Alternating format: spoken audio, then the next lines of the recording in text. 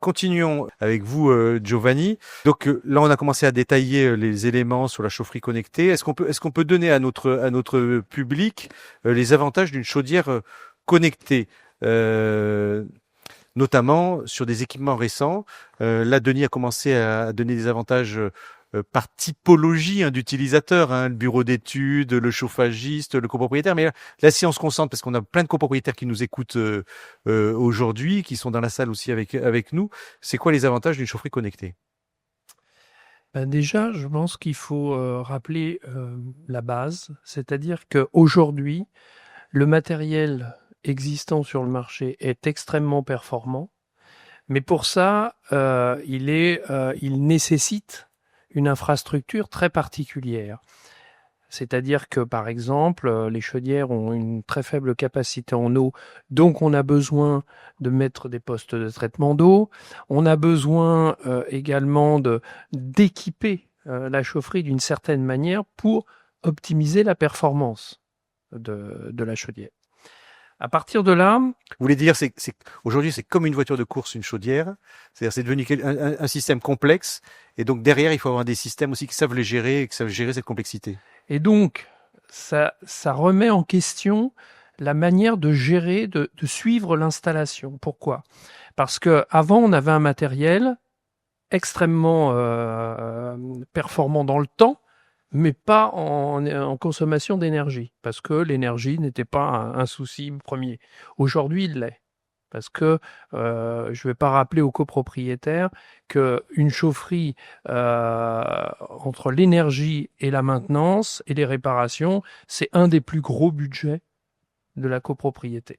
Donc, il faut rendre ce budget performant. Pour ça, la connectivité permet une surveillance de la chaufferie 24 heures sur 24.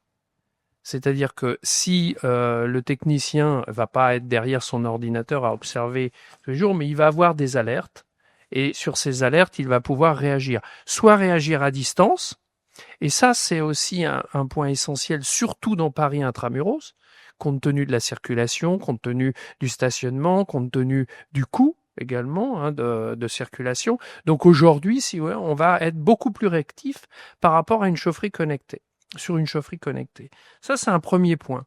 Le deuxième point, c'est là où on va la rendre plus performante d'année en année. Pourquoi ? Et c'est intéressant le slide qu'a proposé le bureau d'études Oren. Pourquoi ? Parce que il y a 3 acteurs qu'il faut pas négliger.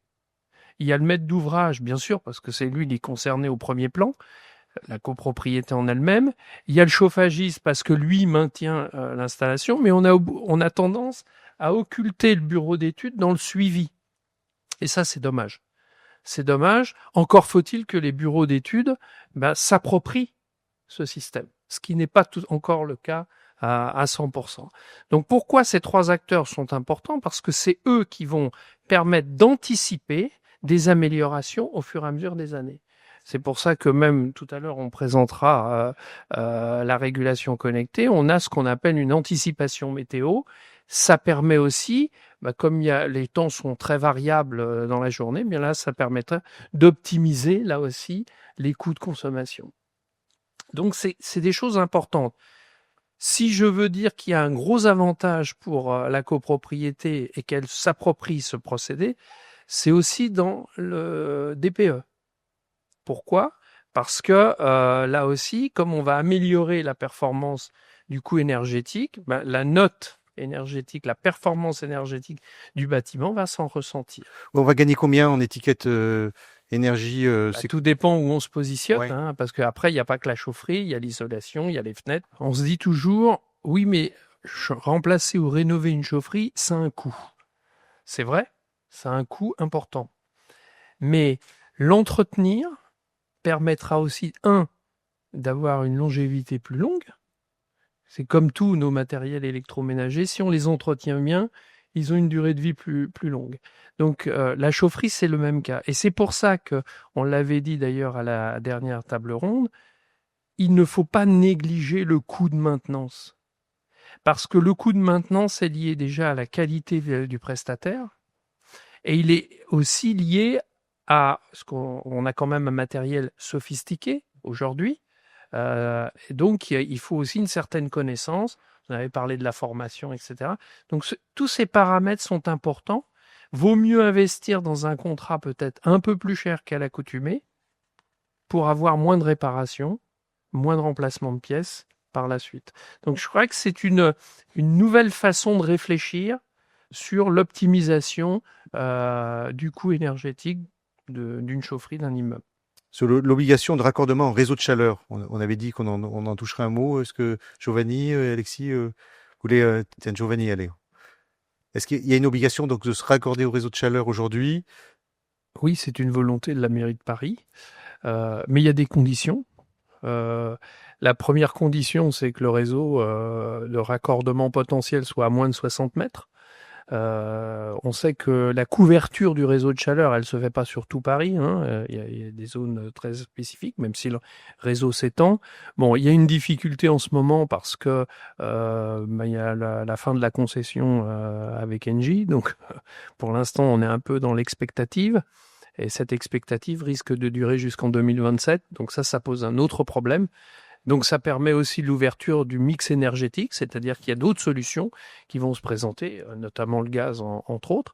Donc c'est pour ça qu'il y a une réflexion profonde, bureau d'études, vendeurs d'énergie, exploitants, copropriétés.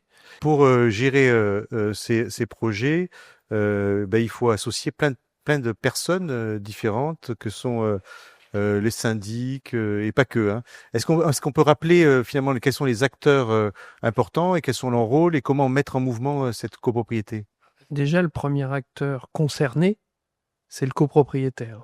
Donc, il faut que les conseils syndicaux s'impliquent dans cette démarche.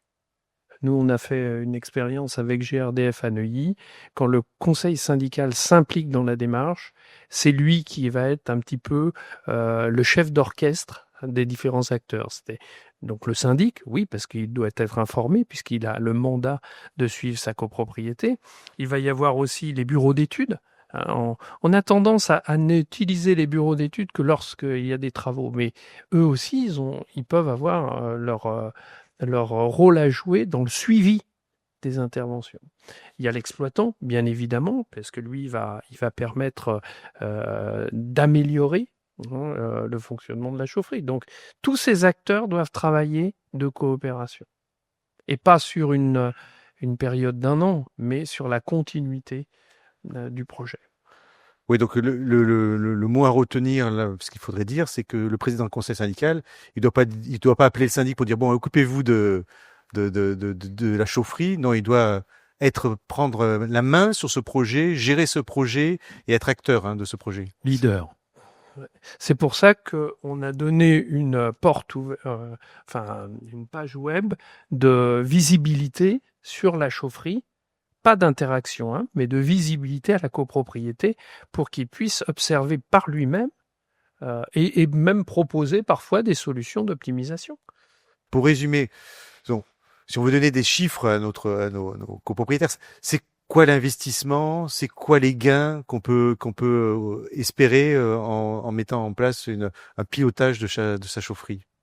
C'est toujours difficile à estimer, mais une chose est certaine, c'est que quand on rénove une chaufferie, l'investissement est très modeste par rapport à une chaufferie connectée. Voilà. Donc ça, c'est déjà un atout. C'est sûr que connecter une chaufferie déjà existante avec un matériel qui n'est pas toujours compatible, oui, là, ça a un surcoût. Mais sur une chaufferie rénovée, qu'on doit rénover, le coût est infime. Ça, c'est une première chose. Et les gains sont les gains sont doubles parce qu'on aura la performance du matériel déjà. Les rendements d'une chaudière aujourd'hui nous permettent d'avoir quand même une optimisation du coût énergétique. Et l'affinement grâce à la régulation va encore permettre d'optimiser. C'est pour ça que c'est pas un travail d'un seul coup, c'est-à-dire que quand on rénove, on a tout de suite la finalité de l'économie. Non, pas tout à fait. C'est dans l'exploitation, au fur et à mesure de l'exploitation, on va améliorer bien évidemment la consommation de la chaufferie.